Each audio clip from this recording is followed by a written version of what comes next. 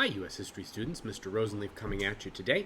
And we're going to be taking a look at the decade before the Civil War.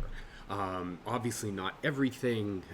I'm trying to keep this as short as possible, although it's a lot to go through. So I will speed a little bit. So please feel free to slow this down if you need to. Stop and process and come back. But I am going to have the reflection questions scattered throughout. So make sure you watch the whole thing. Don't just skip right to the end and think that's it. I have put on there that's part 3 at the end. So all right. So let's take a look at the top of the 1850s, and we have a situation where pretty much since the founding, we've had an equal number of slave states and free states, at least once that started to become a real issue. And the slave state free state balance ended up being very, very important. And we managed to get around some things along the way. After the Mexican American War, they managed to keep that balance. Obviously, one of the first compromises was the Missouri Compromise, which kept the slave states in the sort of southern part and the free states to the north. And a lot of folks thought that was going to be kind of the end of it, that slavery would eventually die away because it was limited. And then we gained all that territory from Mexico, and I don't know why I put air quotes with that, but from Mexico, and all of a sudden we had all this new territory that, according to the Missouri Compromise, well, maybe we could actually have slavery down there. Not that it was an agricultural wonderland down there. I mean, we're talking Arizona, New Mexico area. But anyway, so we get to 1850, and we fought the Mexican-American War. We've added a bunch of territory, and in 1848, gold is discovered in one of those territories, California. And then in 1849 was the year that people start flooding into California. They hear about this thing in 1848, and all of a sudden everybody and their brother wants to get to California with the thought that they are going to strike it rich, hitting gold and becoming wealthy. And California then had enough people living there by the time we get to 1850 that they can petition the United States government for statehood. And they petition for admission as a free state. They did not have African slaves there because they had plenty of Native Americans to enslave there. Sometime look into the history of Native American slavery in California. It's really, really interesting. We don't have time to go into a lot of detail today, but that was one of the reasons, even though California was going to become highly agricultural, that they were not interested in African American slaves. So this was going to cause an upset in that slave state free state balance. We were going to have one more free state than slave state, and the South was going to lose its mind over this, because their predictions had always been that eventually the North would overwhelm the South, and the North would force them to get rid of slavery. So into the fray steps the fairly now elderly Henry Clay. Clay had gotten his start in the War of 1812. He was one of those war-hawk congressmen, and he had been the Speaker of the House. He had been a U.S. Senator. He had been Secretary of State. This guy had been around the block and back again. And so he is going to propose this big omnibus compromise. All of these things put together with the thought that they're not all popular, but there will be enough people to support everything, and there's something in there for everyone, that it'll pass. That doesn't happen, but that was Clay's thinking because he'd done it before. Clay was known as the Great Compromiser. So, the five big provisions of the Big Compromise of 1850, and this was really Clay's last thing.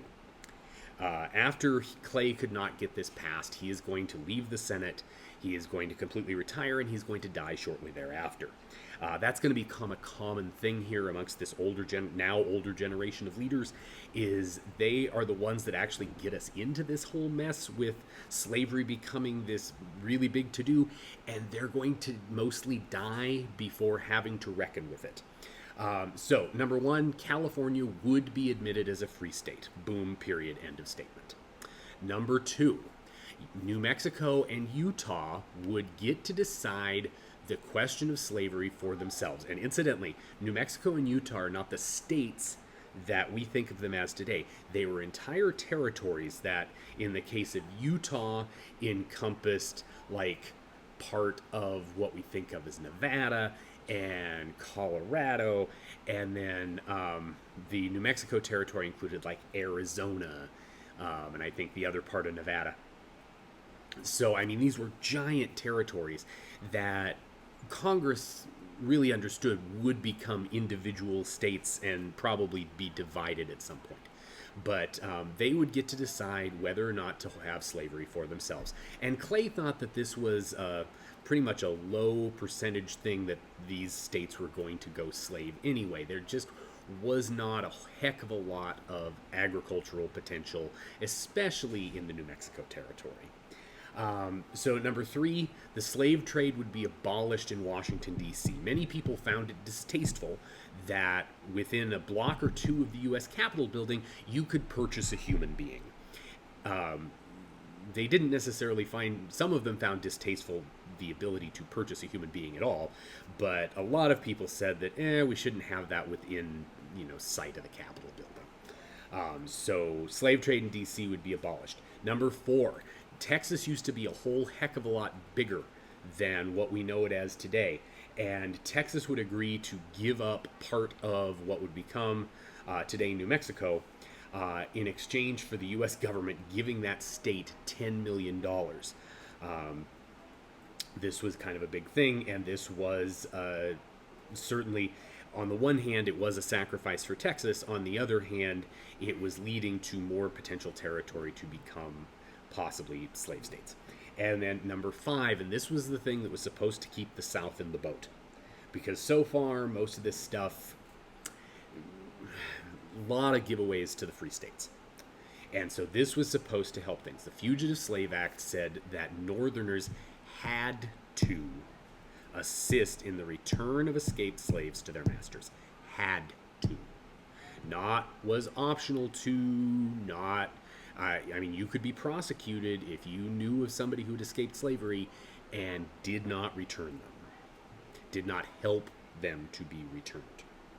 So this was Clay's big thing, and Clay proposes this, and it gets a very mixed reaction. The Southerners are not thrilled with this. They love the fugitive slave law. They're okay with number two. Obviously 1, 3, and even a little bit of 4, not so great.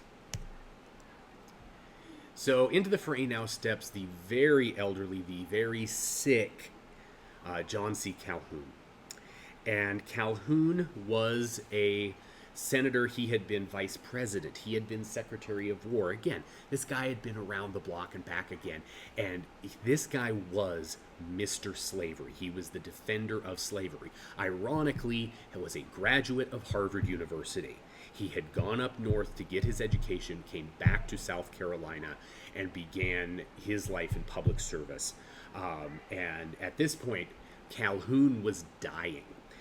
His speech about this on the floor of the Senate was not given by him.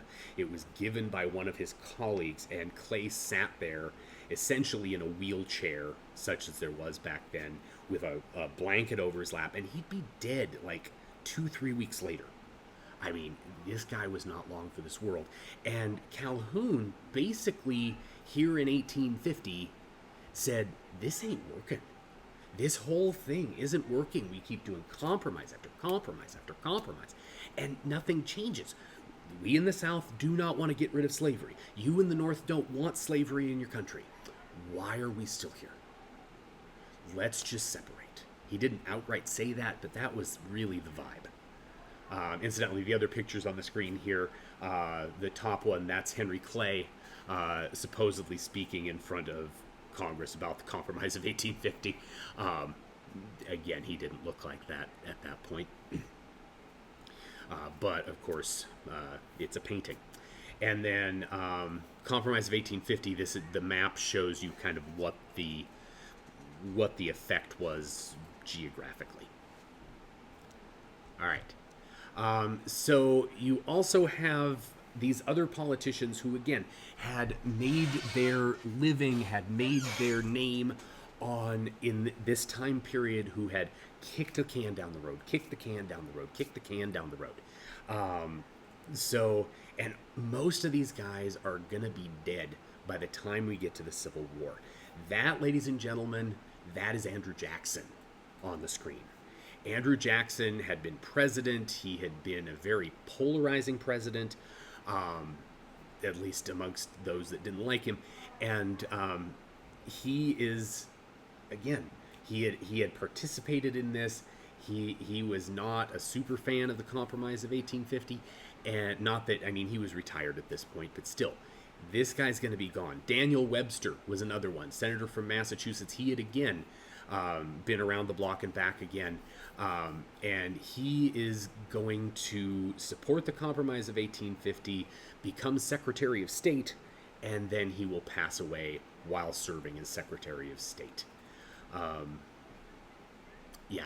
Oh, and Jackson incidentally died in 1845. But again, these guys that had been a part of this whole problem over the years, they're going to be gone before they see the business end of Gettysburg or anything like that. This is going to be left up to a new generation to try and solve this issue. And spoiler alert, they're not going to succeed, really. They're going to get rid of slavery, but that's about it. So when Clay can't pass this thing, he cannot get it passed as an omnibus. So he can't get all of those provisions in one bill to pass. And he leaves the Senate, he retires, he dies. And so the work of trying to get all of this stuff to pass is picked up by a guy named Stephen A. Douglas. Douglas was a senator from Illinois, and he was known as the Little Giant. He was kind of a short guy, but he had this giant, huge voice, and he was a brilliant orator. And what he decides to do is, hey, this can't pass as an omnibus. Okay, we can get enough people to support each part of this that we can pass each individual part individually. But altogether, it's a poison pill. But we can get enough people to pass the statehood for California. You know, the Northerners are going to be on board with that. We peel off a few Southerners, enough to make it happen. Okay, there we go. The fugitive slave law, the South obviously all for it. We can peel off a few Northerners, and boom, we're good. So Douglas splits it up, ends up passing it as individual bills, and becomes a huge leading figure in national politics. And he really wants to be president one day. Not right now, but fast forward a few years, and yeah, Douglas is going to make his move to try and become president. And I won't spoil it. Okay, so part one of your reflection journal. And I don't know if you want to take a picture of this or just write it down. I want you to describe, tell me about, don't just list, tell me what it means, the 5 big provisions of the big compromise of 1850. And which one of those do you think was the most controversial one? And why? And I mean, they're all controversial. So which one do you think is like, whoa?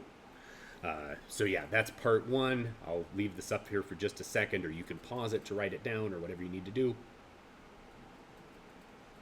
Okay. So, the other thing that Douglas is going to propose is a thing called the Kansas-Nebraska Act. So, more and more settlers were moving past the Mississippi River. They were moving into places like what is today Kansas, what is today Nebraska. You even start to see settlers trickling into places like Montana, plus, of course, the influx of people that are headed to places like California. And so Douglas was, of course, the senator from Illinois. And Illinois was basically the nationwide hub of railroad activity.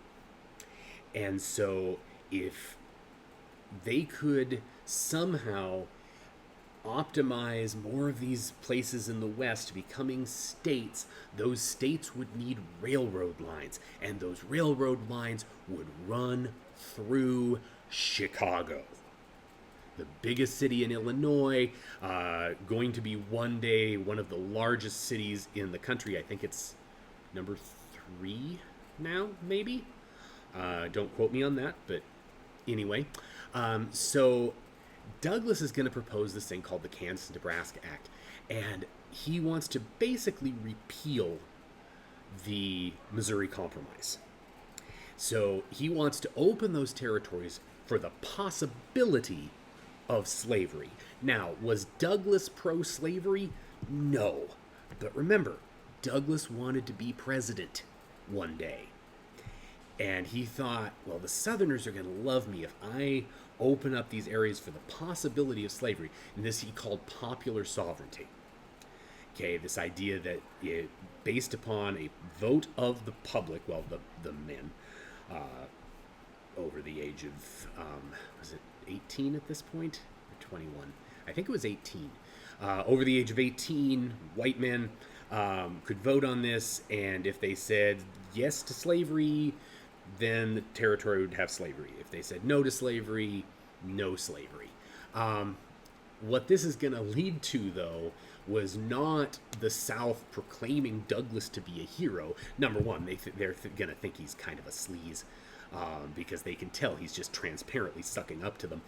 But this is going to lead to massive amounts of bloodshed, as the Civil War is going to really have its preview performances in the coming state of Kansas, because pro-slavery folks are going to start pulling in there. Anti-slavery folks are going to start moving there, and they are going to conflict. You are going to have anti-slavery folks come across the border from Missouri, and they are going to attack, or pro-slavery folks come across the border from Missouri to attack anti-slavery settlements. You're going to have anti-slavery people like John Brown, remember that name, we're going to talk about it later, John Brown, who is literally going to attack a pro-slavery community. He's going to drag the men out of their homes at night and kill them in front of their families. Okay, that's the guy. This is known as Bleeding Kansas, and it lasts from 1854 to 1861. Basically, it's like right into the Civil War, right from Kansas. It's not the official start, but I mean, this is the preview, and it ain't pretty. It's not good at all. Also, during the 1850s, you have the publication of a groundbreaking, if not fabulous, book called Uncle Tom's Cabin. Uncle Tom's Cabin was written by a woman, which is very interesting in and of itself for the time. You didn't have a lot of female authors at this time, especially in the United States. But this was published in 1852. And even though it's kind of ham-handed and really kind of sappy, it has this huge impact about public attitudes towards slavery, particularly in the North. In the North, this is going to have a huge impact. This was the best-selling novel of the 1800s, best-selling novel of the 19th century.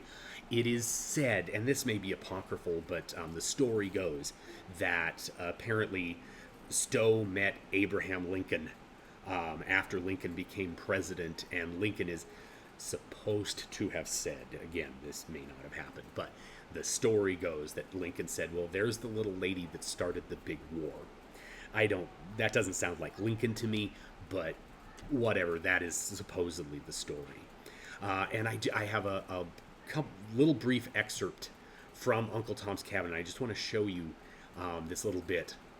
So this is from chapter 9, of Uncle Tom's Cabin, and it's a conversation between a husband and a wife.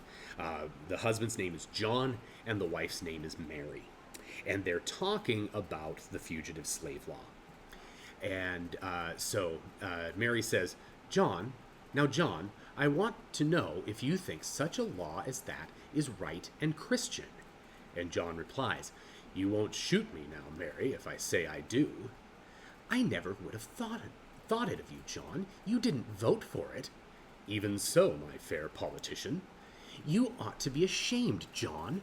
Poor, homeless, houseless creatures. It's a shameful, wicked, abominable law, and I'll break it for one, the first time I get a chance, and I hope I shall have a chance. I do. Things have got to a pretty pass if a woman can't give a warm supper and a bed to poor, starving creatures just because they're slaves and have been abused and oppressed all their lives. Poor things. But Mary, just listen to me. Your feelings are all quite right, dear, and interesting, and I love you for them. But then, dear, we mustn't suffer our feelings to run away with our judgment. You must consider it's not a matter of private feeling. There are great public interests involved.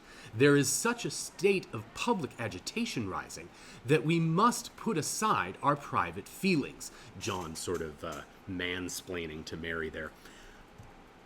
And Mary replies, now, John, I don't know anything about politics, but I can read my Bible. And there I see that I must feed the hungry, clothe the naked, and comfort the desolate. And that Bible I mean to follow. But in cases where your doing so would involve a great public evil, obeying God never brings on public evils. I know it can't. It's always safest all around to do as he bids us. Now listen to me, Mary. I can state to you a very clear argument to show. Oh, nonsense, John. You can talk all night, but you wouldn't do it. I put it to you, John. Would you now turn away a poor, shivering, hungry creature from your door because he was a runaway? Would you now? So you can kind of see, obviously, Harriet Beecher Stowe certainly has an opinion on these matters. And she is letting it show through in the writing here. And really, Stowe's opinion is what Mary's is. And she is trying to, move public debate. And it really does. Again, this is the best-selling book of the 1800s, 19th century. And there's a reason for that. And it's not because it was bought widely in the South. These are almost all purchases made in the North. Part 2 of your reflection. What was Mary's opinion on the fugitive slave law, and how did it differ from John's? And what source did Mary use as justification for her opinion? I'm going to pause for just a minute. You can pause the video and take a picture or whatever you need to do. Okay, moving on. All right, so by the time we get to 1856, things are collapsing left and right. And the public, this is bleeding through to the public. This is bleeding, obviously, in bleeding Kansas. And then you also have it affecting even Congress. You have a situation where there was a guy by the name of Charles Sumner. And Sumner is a Massachusetts senator, and he is going to give, plain and simple, a very inflammatory speech where he really baits one of the Southern senators, and I'm not remembering the name of the Southern senator, and about the issue of slavery. Well, news of this speech reaches the other side of Congress, the House of Representatives, where the Southern senator's nephew, a guy by the name of Preston Brooks, is a congressman from South Carolina. 2 days after this speech, Brooks is going to walk onto the floor of the Senate. I mean, he was a member of the House. Nowadays, that's not allowed, but back then, they could kind of come and go. And he's going to walk onto the floor of the Senate, and he is going to beat Sumner dang near to death with his cane. And the cartoon you see is a very famous cartoon, sort of pillorying the South for basically using violence against someone who is just speaking. Again, please bear in mind, Sumner's speech was really inflammatory and not very nice, and certainly not. I mean, there's a chivalry versus clubs, argument versus clubs, and Sumner's speech was pretty darn inflammatory. But anyway, Sumner could not. So this is 1856. Sumner does not come back until 1859. They keep his desk vacant. Massachusetts doesn't send a replacement. Massachusetts is down a senator, and his desk just sits there as this like monument to the guy. So all of this is happening, and we're going to have a presidential election that year, and the candidates are not, fabulous. Basically, most parties were looking for people that really had no stated public opinion about slavery. At least the Democrats were. And that's why they're going to nominate a guy by the name of James Buchanan. Buchanan had spent most of his time as a diplomat and a cabinet official. I think he had been in Congress for a time. And he really didn't have a stated public opinion on slavery, which for the Democrats, like, woohoo, we're not going to offend people.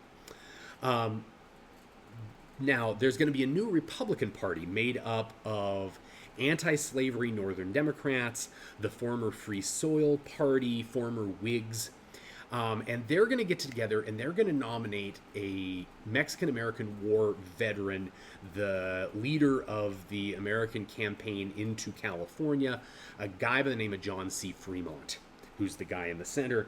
And then the Know Nothing Party, or the American Party, they're going to nominate a guy by the name of Millard Fillmore.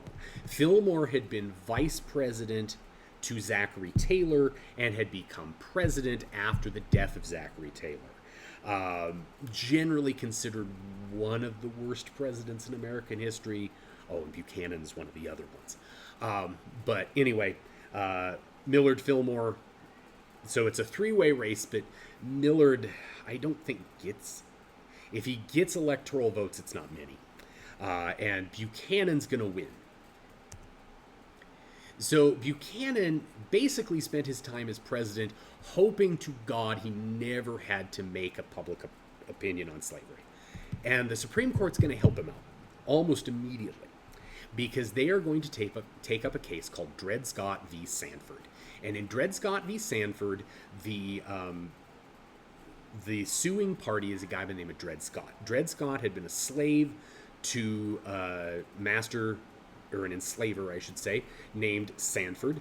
And Sanford is going to take Dred Scott over the border, out of the South, into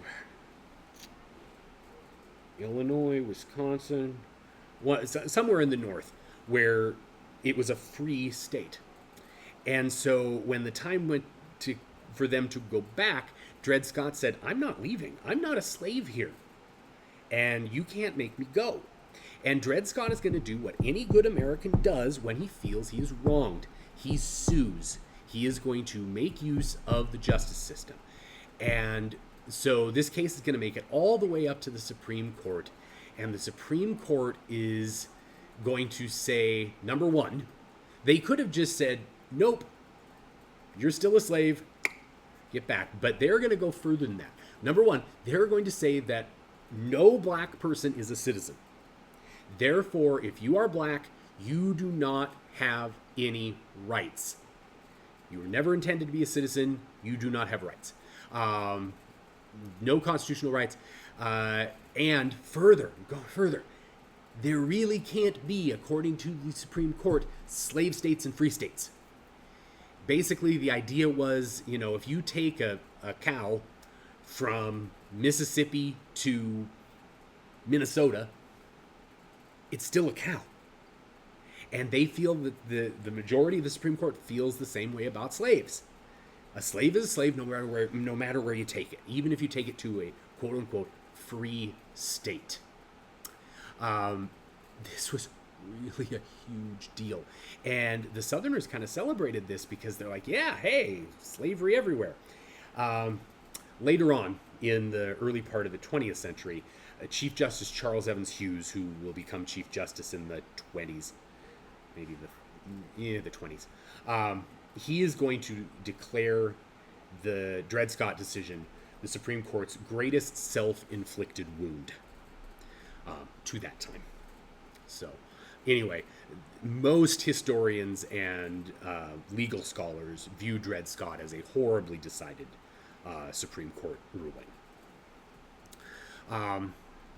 So now fast forward to the end of the decade, 1859, and we're going to meet our old friend John Brown once again. He has gotten out of Missouri, probably because he was wanted for murder, and he is going to end up in Virginia, and he has a plan.